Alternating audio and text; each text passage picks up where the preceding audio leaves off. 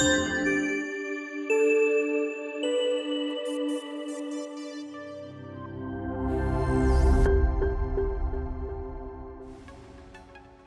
is the last time you thought about why it was you started your podcast in the first place?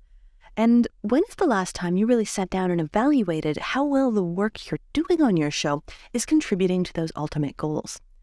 My name is Megan Doherty, and today we are going to be talking about how to evaluate your achievements and your progress on your show based on that ultimate goal that you're looking for. Now, of course, success can mean a whole lot of different things to a whole lot of different kind of podcasters, and there's no wrong answer when it comes to having goals or the reasons that you are podcasting for yourself, for your business, for your community. It's all good, but we all want to be making sure that the effort that we're putting in is reflected in the outcomes that we're getting, and that's what I really want to cover and get into today. So, unless you're podcasting strictly as a hobby for the love of the game, then figuring out what metrics you can track that let you know you're on the right path and that you're progressing towards your goals is going to be a really useful thing to do. In my work, I primarily deal with podcasts that exist for businesses, and there are 4 types of podcast goals that are the most popular among them.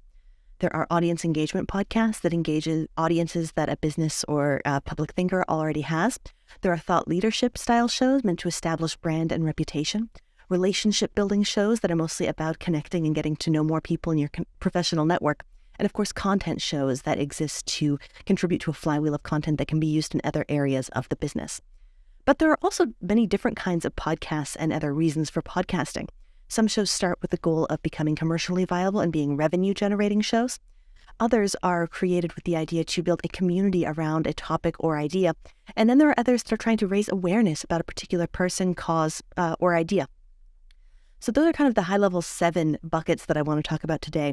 And as I said at the top, one of the first things we want to do to help us measure our success is figure out what are the metrics, what are the little signposts that are going to tell us we are achieving that goal. So let's go through each of those that I mentioned and talk about some of the metrics that can indicate we are moving in the right way with our podcast. So for audience engagement style shows, you're going to look at the engagement that you're getting from the people you're creating the podcast for. This might be questions you're asked by inbox or on social media. It could be engagements on your posts online when you're promoting your show. If people are engaging with what you're posting, that's a really good sign that it's working. It might also be your customer lifetime value, people buying more from you over time and staying customers longer because you're doing all of this extra work in creating and maintaining that relationship with them. Moving on to thought leadership style shows, this one you're looking at how well am I doing at, establishing that brand and that reputation and becoming seen as an authority in the industry. So you're going to look at any time that you're cited, if you're referenced, if you're tagged, any kind of unsolicited media mention on any of the platforms that you get is a great metric that you can measure that will be telling you that you're going in the right direction. You'll also want to look at when you get invitations to participate in different events. So to speak on podcasts, to come to conferences, lunch and learns, all of that good stuff. Really good, clear metric that you are starting to become known as an authority in your space. For community building, you're going to want to look at the size of your community. If you've got a location for it, whether that's in person or if it's somewhere online, like a Facebook group, a Discord group, or Circle group, seeing how that number grows and changes over time is going to be a really good indication of how well your podcast is doing at filling that community for you. You also might want to take a look at shared vocabulary and cultural ideas that you're disseminating through your podcast. If there are particular words or phrases that you use, you can track the usage of those words in your broader social media community and in your specific internal community for your show. And that lets you know that not only are people paying attention to your podcast, but they're starting to integrate what you say and becoming in community with each other using this kind of language. Moving on to relationship building. This is a really, really popular type of show, one of my personal favorites. What you're going to be looking at for is it working is your professional network growing? Do you have more people to engage with on social media? Do you have more friends to help you promote? Do you have more people referring business to you because they're aware of you and they like you and they know your business? These are all different things that, depending on your super specific goals, can be really helpful to track. Revenue generating podcasts, this is one of the easiest to track if you are succeeding at what you're trying to do. That is your revenue increasing? Are you getting revenue from your podcast? And are the download numbers that help you contribute to that revenue also growing? You might also be looking at inquiries you're getting for your services or direct product sales of whatever it is that you happen to be selling with or associated with the show. content shows, you count your words. How many words are you generating with your podcast? And even more importantly than the actual word count, where are you able to use these? So for your content, you might be looking at your web traffic and SEO. Are the show notes or the blog posts that you write associated with your podcast driving more traffic to your business than you were getting before you had, or to your website, whether or not you have a business? It might be social media content. Are you able to save a lot of team time by repurposing content rather than writing it fresh? That can be a really important one to track. How much time is your team saving by not having to generate everything fresh? So that's a really good one to take a look at. And finally, let's talk about raising awareness is the last show on this list. And that you're going to be, remember, we're talking about kind of getting ideas out there and spreading awareness and knowledge and information about whatever idea it is that your podcast is focusing on. So you're going to be looking at the hashtags and mentions that you're getting for that topic. Are people actually continuing the conversation that you're starting with your podcast? You'll also be looking for media mentions. Are you becoming known as the voice of this idea in your space? And also take a look up for this one. Who is approaching you to be a guest on the show? Look at, are you becoming known as the place where if somebody wants to say something about this topic, they're going to come to you to help get the message out there. Tracking who's applying to be on your show and how many they are, really, really valuable metric. And finally, for this one, of course, downloads is also really important because you are trying to spread awareness. That means people need to be listening. Watch your downloads, watch your unique listeners, watch how much people are paying attention to the whole episode. So you can mix and match these goals. Very few podcasts only do one single thing, and you're the boss of your show. You can track whatever is important to you. The reason that we want to do this tracking and kind of highlight these specific signposts that let us know if we're on the right direction or not is so that we're not wasting our time putting a lot of effort into things that are not ultimately helping us achieve our main podcast goal. Of course, there are lots of benefits from podcasting that you can't put a number on, but we're talking numbers today, so that's what I'm focusing on.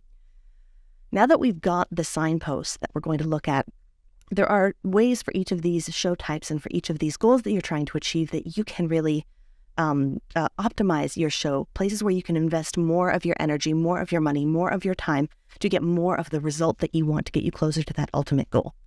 So for audience engagement, remember the main goal is engaging an audience that you already have. You want to be focusing on creating a two-way dialogue.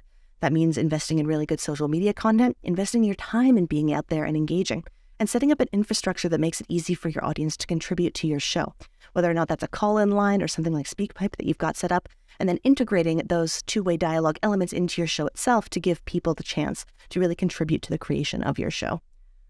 For thought leadership, this is one where you're going to want to invest really heavily in two things. Your recording setup, the quality has to be super high if you're going to be a source or a speaker in your space. And you also want to really refine and hone your interviewing style. A thought leadership style podcast is often a conversational style podcast, but it's not necessarily a traditional interview. You need to be contributing equally to the informational output of your show as a thought leader. And that means really getting good at having elegant, balanced conversations with the guest experts that you have on to join you. For a community building podcast, then you need to be paying attention to the funnel that's around your show more than anything else. Subscribing should be easy. Taking the step from hearing about it to joining the community should be really, really easy. You want to have a good idea of the different steps in your funnel, how people become aware of you, whether it's through referral, through social media, through your email list, through your website, through promotional partners, and track at each stage how well people are converting from one step to the next and how often and how many of them are converting. This is a little bit of, it's infrastructure setup. That takes work and it takes time to get it right and it takes time to monitor. But it's really worthwhile to make sure that your podcast is having that direct impact on the community that you're building around it. For a relationship building show, this is one where it is all about optimizing your workflows. So workflows, when I'm talking about that, I'm talking about the process by which you invite someone to be a show or, if they pitch you to be on the show. Is the scheduling really elegant? Is it comprehensive? Does it tell them exactly what's going to happen? Does it get all the information that you need to provide really good assets? Remember, the point of this kind of podcast is to build that relationship more than anything else. So you want your guests to feel absolutely like a prince, like you are treating them really, really well. And that means providing a great experience, great audio quality, great assets, and importantly, following up after the show. Keep in touch in between the episode you record and when it releases. For a revenue generating podcast, this is one of the ones where downloads matter a lot. To get those sponsorship deals or, affiliate partnerships, you want to have the downloads that make that attractive and really good information about the demographics of your audience as well, to the extent that it's possible. Again, you're going to be, investing in the quality of your output. You're pretty much always going to be investing in the quality of your episodes, but really make sure that you are looking for ways that you can add value to potential sponsors that you want, and building your show structure in a way that has a place kind of built in for it for ads to go really elegantly, not tacked on like an afterthought at the beginning or the end of the show. Work in the place for those relationships in your show. And of course, have other things. Be engaged with your audience to see what they're interested in buying and making it easier for them to do so. So for community building podcast, you want to make joining and becoming a member of your community really, really easy and compelling. That means that your CTAs, what you're asking people to do, need to be clear and trackable. So as much as possible, you want to make the steps that you want people to follow really easy to do and really clear. At every stage, they should know this is the next thing that I can do if I want to get closer to this host or become more a part of the community. You want people to be aware of the steps in the process and make sure that you are fostering communication in between community members as well as from yourself to kind of the broader world. Highlight those conversations that people are having and try to include them in the show as well. That's going to be a good indication to the broader public that you do have a really solid community going on. So integrate that into your show structure. For a podcast that exists primarily for content, you want to be really mindful of the fact when you're doing your planning and your preparation that the podcast episode is the first of many lives of this podcast. And one of the best things that you can do to optimize your work and save yourself a lot of time and energy down the road is really aggressively index your content. You want to have a really clearly searchable database available to every member on your team of all of your episodes, the titles, the date they went live, the guests that were on them, the topics you talked about, the keywords you focused on. When it comes down to repurposing for social media, for books, for courses, for absolutely anything that you want to do, having that kind of index that is searchable is going to save you so much time and make it so easy to do. Finally, for a Raising Awareness podcast, this is another podcast type where getting attention is really, really important. And it's also one where you are talking about really important ideas that you need people to get a full and complete grasp on. That means you want people to be listening from the beginning of the episode all the way to the end. And that means being careful of your episode structure. What is the narrative arc? Does it stay really interesting? Is it the right length? Is it a length that people want to be listening to from beginning to end? Do you have cliffhangers? Basically, all of these things are going to help make sure that people are listening to the whole episode and getting all of the information about this important topic that they need to. Now, of course, there are dozens and dozens and dozens of other Feedly metrics and ways to optimize for them. The more you do this work and look into how your work is, relating to the outcomes that you're getting, the more you're going to see to experiment with and to optimize and to track, presuming you are, like me, a data nerd. But the main idea I want you to work away with is that you're going to achieve more of what you measure and work towards. And so even if it is a little bit of extra work and investment at the front trying to get everything set up, it is more than worthwhile down the road when you are able to look back and say, I had this clear path to follow and these signposts telling me I was going in the right direction. Thank you so much for listening. It has been a pleasure to share this with you.